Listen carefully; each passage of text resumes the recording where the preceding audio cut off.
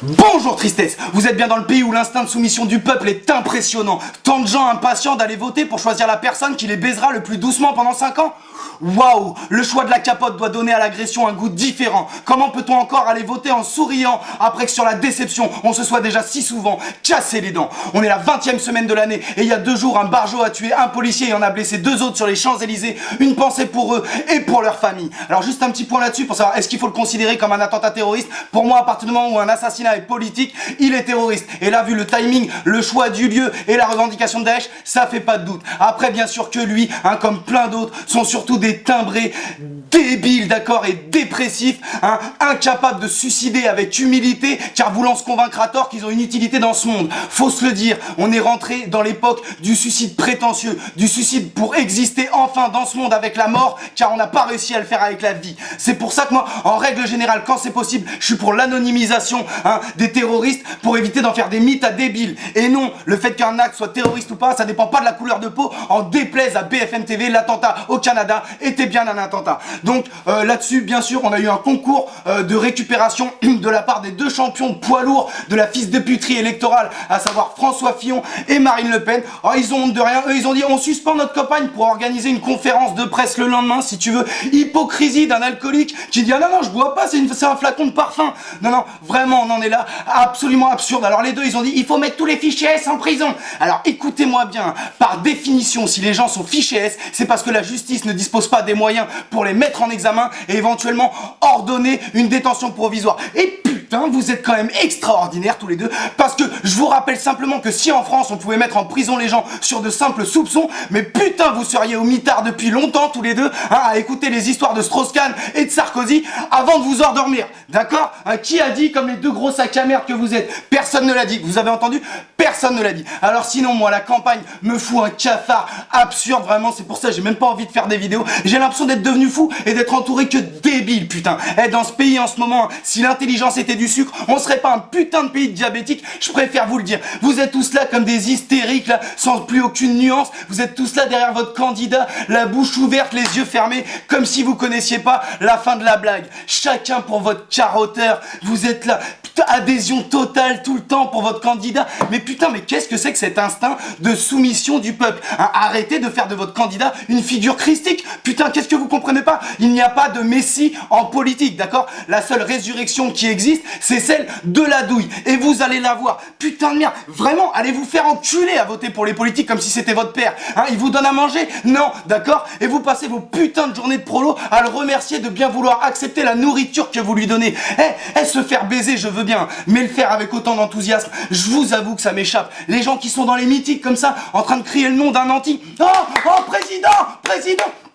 Mais je vous jure, vous êtes comme les gens qui se branlent sur les hentai. Je sais pas c'est qui, je ne sais pas qui vous êtes. Alors pour bien me faire détester par tout le monde, je vais faire un tour d'horizon des candidats au départ du Tour de France des escrocs. Alors on va commencer avec Asselineau. Donc Asselineau, lui, il débite des articles de loi comme un robot. Il est relou comme un co-détenu qui joue à la balle rebondissante. Après, faut admettre qu'il a de bonnes problématiques. Mais non, monsieur Asselineau, sortir de l'Europe ne résoudra pas toutes les problématiques françaises. La politique française y est pour beaucoup et même majoritaire dans le malheur des Français. Et les soutiens d'Asselineau, vous avez un problème psychologique, il y a un truc qui m'échappe. Vous avez remplacé votre clavier d'ordinateur par 2 touches avec marqué pourquoi tu parles jamais d'Asselineau et votez Asselineau. Franchement, je sais pas, détendez-vous. Le combat est perdu les copains. C'était peut-être un beau combat, mais le combat est perdu. Alors également il y a Cheminade. Alors si tu veux Cheminade, c'est un peu le Laurent Cabrol de la politique. Il essaie de vendre ses produits avec entrain et sourire. Mais ces produits, c'est de la merde, c'est invendable. Alors lui, il veut coloniser la Lune, d'accord? Alors qu'il le fait déjà avec ses idées. Désolé pour les soutiens de Cheminade, j'ai pas grand chose de plus à dire. Alors également, Le Pen et Fillon, les millionnaires repris de justice, les pires pour moi de cette élection, d'accord? Alors si tu veux, Marine Le Pen, elle passe son temps à expliquer qu'elle veut rendre le pouvoir au peuple, alors que si tu regardes bien sa famille, Jean-Marie Le Pen, leur château, elle et sa nièce, en fait ce qu'elle propose, c'est plus ou moins le retour à la dynastie monarchique, rien de moins. moins. Et ses affaires, arrête de parler d'antisystème. Putain, t'as de l'oseille du système plein les poches. Alors, quant à François Fillon, alors lui, c'est une roue que t'as perdue sur l'autoroute, le mec. Oh putain, il file tout droit, très vite, jusqu'au mur. C'est à peine croyable. Son équipe, elle est absolument en roue libre. Hein, l'équipe de François Fillon, elle tente tout, n'importe quoi, n'importe quand, n'importe comment. Même là, pendant les attentats terroristes, oui, il y a d'autres incidents dans Paris. Les gens disent, mais non, il n'y a pas d'autres incidents. Si, vérifie l'enquête. Mais ferme ta gueule, toi! On va te monter en l'air, là, maintenant, arrête d'être fou, t'es devenu zinzin. Putain, François Fillon, tu es devenu zinzin. Eh putain, si le second tour, c'est Le Pen Fillon, hein, le fou contre la sorcière, j'ai juré, je vais me couper les bras au cas où j'ai envie de voter. C'est quand même pas possible. Alors, Dupont-Aignan, la France. On a compris, toi. On n'a pas compris comment tu gagnais ta vie, mais on a compris que t'étais un débile. Ton problème, c'est la souveraineté. Lâche-nous. Hein, t'es une pâle copie des autres. C'est vraiment pour moi, t'es celui qui a le moins d'intérêt dans cette élection. Alors également il y a Lassalle. Alors si tu veux, Lassalle, il représente cette partie de la France que tu ne comprends pas quand elle s'exprime, d'accord, hein. Mais pour moi ça m'a fait plaisir de voir des nouveaux profils dans cette élection présidentielle. Ça je le dis sincèrement, sans ironie. Également il y a Artaud. Alors Artaud elle me paraît plutôt sincère dans ses convictions, etc. Bon après elle a plus ou moins quand même, elle semble pas avoir les nerfs, hein. Elle a plus ou moins la dégaine de la remplaçante d'anglais que t'envoyais en 3 jours en arrêt maladie avec ta classe de 5ème, tu sais, en faisant des trucs comme on s'en fout, jusqu'à ce qu'elle pète un plomb. Hein, et je crois qu'il y a surtout un complot parce que je me demande si ce n'est pas Arlette Laguiller qu'on a lifté 5 fois d'affilée. Voilà mon avis. Alors également il y a Poutou. Alors Poutou au départ il a fait un sans faute dans la franchise et dans la rigolade, hein, et putain, dernière ligne droite là, oh putain, il a loupé la chicane, il a fini dans les stands. Au moment des derniers attentats il a dit ces policiers n'auraient peut-être pas été attaqués s'ils n'avaient pas été armés. Bon, c'est pas ce que t'as dit de plus intelligent dans ta campagne, mais sinon pour le reste, respect, d'accord, hein, t'étais peut-être pas le meilleur candidat mais t'es largement celui qui a le plus apporté au débat démocratique, hein. T'es pas un putain de politicard de merde, tu as mon respect, sache-le. Alors également il y a François Hamon. Alors lui bah il a pêché parce qu'il puait le baltringuisme à la Hollande, hein, certainement à juste titre, ça lui aura niqué son truc. Après moi je trouvais que c'était celui qui avait le programme le plus sérieux et celui qui le défendait de manière la plus claire, hein, mais il est certainement pas assez populiste pour notre époque de toute manière. Et après déficit de charisme incroyable, il faut bien l'admettre, zéro punch, et surtout il fallait dégager les responsables du gouvernement de Hollande là, au lieu d'attendre qu'ils te fassent un bras d'honneur, hein. Tu sais quoi mon pote, hein, bah t'as baltringué, t'as perdu, c'est pour ta pomme mon pote. Également Emmanuel Macron. Alors si tu veux, Emmanuel Macron, bon vas-y, hein, qu'est-ce que ce sera avec Emmanuel Macron? Ça va être juste une accélération, hein, du continuum de l'escroquerie qu'on vit depuis 50 ans au profit de la finance, hein, ni plus ni moins. Et faut voir le rapport avec le peuple, hein. Putain, un candidat aussi déconnecté du peuple, c'est quand même quelque chose, hein. Faut le voir, hein, dans les bonnes foules et comme ça. Merci monsieur, merci madame, merci à tous. Chut. Gisèle, gel hydroalcoolique s'il te plaît. Chut. C'est comme ça, Macron ce n'est pas un homme du peuple, hein. Il préfère perdre 100 000 € en bourse que de passer un dîner avec ta famille. Il faut quand même que tu te le mettes dans le crâne, putain de merde, hein. Hey, pauvre qui t'apprête à voter pour lui, ne fais pas ça à la base, le royaume des cieux est à toi.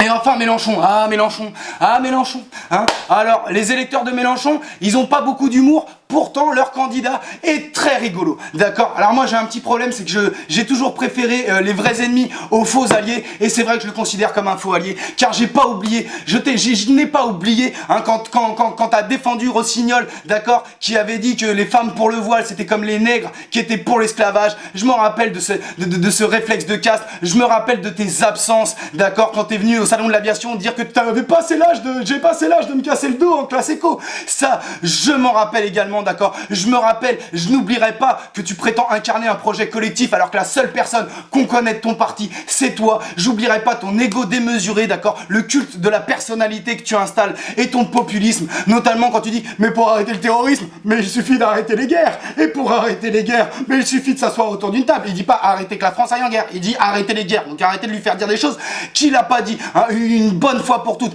Également, hein, j'oublierai pas que lors du 3, que tu voulais pas qu'il y ait de troisième débat, d'accord, et qu'au moment du deuxième débat, Poutou, il nous a prouvé à tous et il nous a rappelé à tous que dans le débat précédent, tu avais réussi à attaquer Le Pen et Fillon que sur la pointe des pieds par un réflexe de classe, d'accord. J'oublierai pas que tu refuses de répondre aux questions de Mediapart. J'oublie pas que tu fais profil bas sur le racisme et sur l'accueil des étrangers depuis quelques temps, hein, pour gratter des voix. Je l'oublierai pas. J'oublierai pas que t'es un pote de Buisson, que t'as assisté à sa remise de Légion d'honneur et que tu t'en es défendu en disant ce yen, hein, de Buisson, tu t'en es défendu défendu en disant oui, j'y ai assisté comme à une friandise, et puis monsieur Cambadélis était là avec moi aujourd'hui. Eh, c'est bon, si c'est ton pote, assume, d'accord, moi donne-moi 20 000 balles, j'y vais pas pour assister à sa Légion d'honneur, hein, et pourtant j'ai rien à foutre de ma vie. Donc arrête d'être un sombre hypocrite. J'oublie pas non plus ton ambiguïté à l'égard de certains dictateurs, alors qu'il suffit d'avoir passé 15 jours à Cuba pour savoir qu'à part la santé et l'éducation, y a rien qui va dans ce putain de pays, et que j'ai jamais vu une propagande aussi intrusive et agressive dans les cerveaux d'une population. Sache-le, j'oublierai pas que j'ai peur que la politique étrangère française elle soit dans les mains